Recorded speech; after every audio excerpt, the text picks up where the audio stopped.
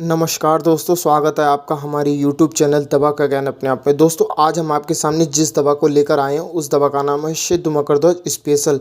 ये वैद्यनाथ कंपनी के द्वारा बनाया जाता है। आप इसकी पैकिंग देख ले सकते हैं। सिद्ध मकरध्वज की पैकिंग इस तरह की होती है। अंदर इस डिब्बी में आपको टैबलेट मिलती हैं। तो इसके बारे में आज हम आपसे विस्तार चर्चा करेंगे। वीडियो को पूरा देखें, बिल्कुल भी स्किप ना करें। बहुत ही ज़्यादा महत्वपूर्ण जानकारियाँ आज हम आपको प्रदान करेंगे। तो दोस्तों सबसे पहले बात कर लेते हैं इसकी पैकिंग की। इसकी 5 टैबलेट की पैकिंग होती है। एक टैबलेट कम से कम 150 मिलीग्राम की होती है तथा इसकी एमआरपी 440 रुपये होती है। यानी कि 440 रुपये में मात्र आपको 5 टैबलेट मिलती है। तो दोस्तों इसका मुख्य गुणधर्म के बारे में बात कर लेते हैं। इसका मुख्य गुणधर्म क्या होता है? तो सबसे पहले दोस्तों इसका मुख्य गुणधर्म होता है बल एवं क्रांतिवर्धक होता है। ये तो इसका मुख्य गुणधर्म हो गया। वैसे ये अनुमान भेद के अनुसार अगर आप इसका प्रयोग करेंगे तो ये अनेक रोगों में लाभदायक होता है। अनुमान भेद का मतलब होता है यानी कि एक सही विधि से सही तरह से प्रयोग करना अनुमान भेद कहलाता है। अगर आप उस विधि से करेंगे तो बहुत सारे रोगों में फ़ायदेमंद होता है। उसके बारे में हम आपसे विस्तृत चर्चा करेंगे कि ये किन किन रोगों में फ़ायदेमंद होता है, यानी किन किन रोगों में इसका प्रयोग कर सकते हैं। सबसे पहले इसके फ़ायदे के ही बारे में बात कर लेते हैं। इसके फ़ायदे क्या होते हैं? यह मनुष्य की ताकत, इसके प्रयोग से मनुष्य की ताकत बढ़ जाती है। साथ ही साथ हृदय एवं स्नायु मंडल को भी ताकतवर बनाता है।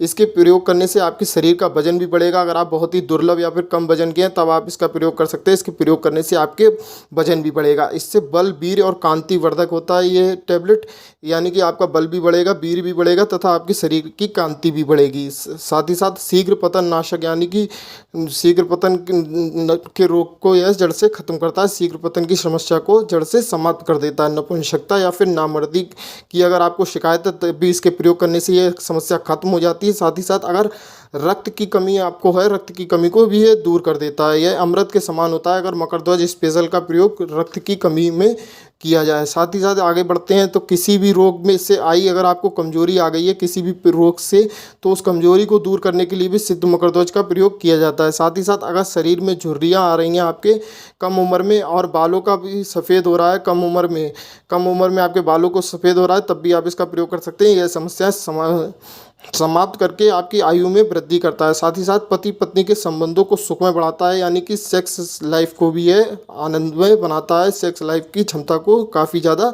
बढ़ाता है। साथ ही साथ उन्माद एवं अपस्मार में भी यह उपयोगी होता है। ये तो हो रहे इसके फ़ायदे के बारे में बात कर रहे हैं। अब हम बात करते हैं इसके घटक के बारे में। इसके घटक क्या क्या होते हैं? इसके घटक होते हैं मुख्य रूप से स्वर्ण मोती पड़ा हुआ तो होता है, इसमें कस्तूरी पड़ी हुई होती है, मकर ध्वज पड़ी होती है एवं स्वर्ण भस्म कस्तूरी पड़ी होती है, मोती भस्म पड़ा होता है एवं स्वर्ण भंग पड़ी होती है। यह सभी औषधियाँ मिलकर इसका निर्माण करती हैं सिद्ध मकरध्वज स्पेशल का। तो दोस्तों अब हम सबसे मेन बात करते हैं कि इसका प्रयोग किन किन रोगों में किया जा सकता है। आप ध्यान से सुनिए, हम सभी रोगों का एक एक करके नाम लेते हैं, आप ध्यान से सुनिएगा। तो दोस्तों बात ज्वर में, कफ ज्वर में, साधारण ज्वर में, शनिपात्र में, मोतीझरा में, साथ ही साथ मलेरिया ज्वर में, जीर्ण ज्वर में, ज्वरेसार में, आँव के दस्त अगर हो रहे हैं तो आँव के दस्त में, खूनी दस्त होते हैं तब भी आप इसका प्रयोग कर सकते हैं। पतले दस्त में इसका प्रयोग किया जाता है, संग्रहणी में किया जाता है, अजीर्ण रोग में किया जाता है, बवासीर में किया जाता है, हैजा में किया जाता है। अगर आपको कब्जियत की शिकायत है तब भी आप इसका प्रयोग कर सकते हैं। अमल पित्त की शिकायत है तब भी आप इसका प्रयोग कर सकते हैं। पांडु रोग में भी इसका प्रयोग किया जाता है, राजक्षमा रोग में भी इसका प्रयोग किया जाता है, खांसी में भी किया जाता है, और साथ ही साथ श्वास की अगर समस्या है तब भी आप इसका प्रयोग कर सकते हैं। स्वर भंग, यानी कि आपके मुंह से स्वाद नहीं आता, स्वर का भंग हो गया है, तब भी आप इसका प्रयोग कर सकते हैं। आरुचि में किसी चीज़ में मन नहीं लगता है तब भी आप इसका प्रयोग कर सकते हैं। मृगी रोग में भी आप इसका प्रयोग कर सकते हैं। अगर किसी को मुर्गी की शिकायत है तब भी आप उसका प्रयोग कर सकते हैं। उन्माद में भी प्रयोग कर सकते हैं। वात्यादि रोग में भी प्रयोग कर सकते हैं। अम्बवात में भी कर सकते हैं। हृदय रोग में भी कर सकते हैं। मूत्र कक्ष में भी कर सकते हैं। साथ ही साथ मूत्र घात में भी कर सकते हैं। सुजाक रोग में भी इसका बहुत ही ज़्यादा प्रयोग किया जाता है। साथ ही साथ पथरी का अगर आपको शिकायत है तब भी आप इसका प्रयोग कर सकते हैं। धातु श्राप में भी इसका प्रयोग कर सकते हैं आपका, यानी कि धातु अगर वीर्य का वहन होता रहता है लगातार बिना आपकी इच्छा के अनुसार, तब भी आप इसका प्रयोग कर सकते हैं। साथ ही साथ आगे बढ़ते हैं तो स्वप्न दोष की अगर आपको शिकायत है तब भी आप इसका प्रयोग कर सकते हैं।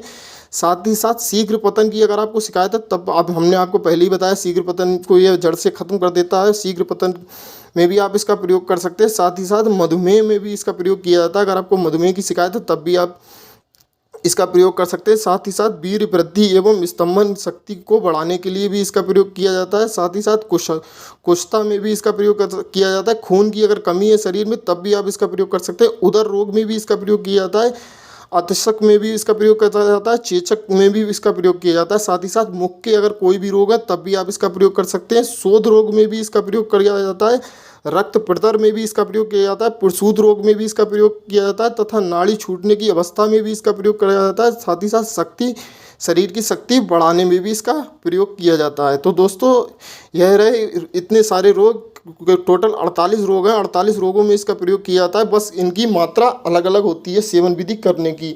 सेवन विधि के बारे में आप ध्यान रखिए। अगर आपको किसी भी इनमें से किसी भी रोग के बारे में पता करना है कि मुझे इस रोग में इस दवा का प्रयोग करना है तो इसकी सेवन विधि क्या होगी, आप हमें कमेंट करिए। हम आपको कमेंट करके ज़रूर बता देंगे कि किस रोग में इसका किस तरह से प्रयोग किया जाता है। यही इसकी नोट की बात है कि हर रोग के लिए सेवन विधि अलग अलग है। सेवन विधि के बारे में बात कर ले, यानी कि मेन जो सेवन विधि, अगर आप नॉर्मली इसका प्रयोग करना चाहते हैं ताकत बढ़ाने के लिए, तब आप वयस्कों के लिए 125 मिलीग्राम यानी कि एक रत्ती, यानी कि आप इसके अगर 4 टुकड़े करेंगे तो 3 टुकड़े का एक रत्ती बन जाती है, जो वयस्कों के लिए होती है। 18 साल से बड़े लोगों के लिए 3 साल तक के बच्चों के लिए 30 मिलीग्राम यानी कि एक चौथाई, एक गोली की चौथा टुकड़ा आप इसका प्रयोग कर सकते हैं। तथा 4 से 10 लोगों उम्र के बच्चों के लिए 62 मिलीग्राम सुबह शाम प्रयोग करें, दूध, मक्खन, मलाई या फिर दही के साथ। तो दोस्तों इसके परहेज के बारे में बात कर ले। परहेज क्या होता है, इसमें परहेज होता है खटाई, तेज मसाले, बासी भोजन का इत्यादि चीज़ों का परहेज रखना चाहिए। तो दोस्तों आज सिद्ध मकरध्वज के बारे में हमने आपको विस्तृत जानकारी प्रदान करने की पूरी कोशिश की। अगर आपको किसी भी तरह की जानकारी नहीं मिल पाई है तो नीचे कमेंट करके हमसे ज़रूर पूछें, आपको ज़रूर रिप्लाई मिलेगा। और दोस्तों आशा करते हैं आपको जानकारी अच्छी लगी होगी, तो वीडियो को लाइक ज़रूर करें और चैनल को सब्सक्राइब करें और कमेंट करके हमसे जो भी अगर आपको पूछना है या फिर आपको वीडियो कैसी लगी हमें ज़रूर बताएं। दोस्तों आज के लिए बस इतना ही। कल फिर मिलते हैं एक नई वीडियो के साथ। तब तक के लिए जय हिंद, जय भारत।